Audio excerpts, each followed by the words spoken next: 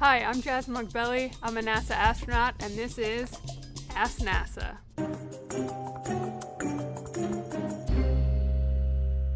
NASA will be opening its applications for more astronauts on March 2nd through 31st. So we've got a bunch of questions related to that. What is this online assessment about? It's testing things like your aptitude and skills to make sure earlier in the process that you have what it takes to be a NASA astronaut. Okay, let's move on to our next question. What degrees don't count? So I like to be positive and start with what degrees do count. So you do need a master's degree. Thanks.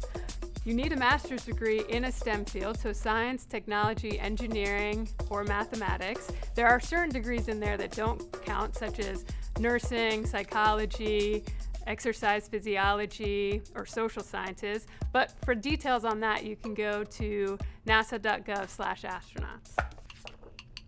What was the weirdest question you got during your interview? So when I went to see the ear doc during the interview, he asked me if I could do a Valsalva maneuver. You may be familiar with that from flying in commercial aircraft. Anyway, afterwards he told me I had a textbook Valsalva. Shoo-in. Next question. What are you most excited about for being a part of the Artemis Generation? Wow.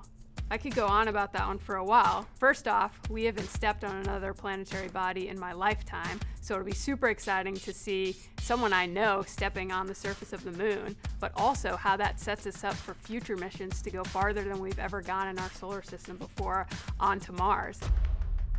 So we're constantly working on training. Our first 2 years were purely training. Tomorrow I'm getting in the neutral buoyancy lab to practice a spacewalk. Friday I'm getting in T38, so it's a continuous process every day.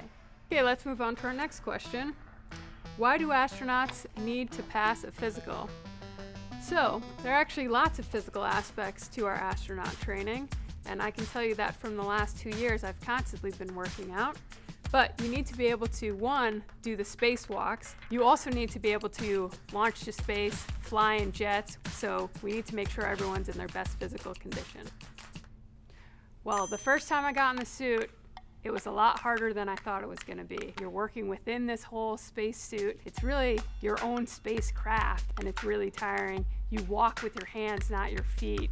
Everything you do, you're much bigger than you expect to be, so you have to make sure you're not running into things. My first thought was, this is awesome, but this is also really hard. Well, tell your friend that as NASA, we really like the planet Earth, and we don't want to waste all that paper. We had over 18,000 applications last time, so we'll probably stick with emails. My best experience by far has been meeting the other people that work here, not just the other astronauts, but the engineers, those that work in mission control, all the support personnel that help us every day, the divers at the Neutral Buoyancy Lab. We've got so many people here at Johnson Space Center and all the other NASA centers supporting us every day. All right, that's all our questions. Perfect. You got those right there. Here's your master's degree.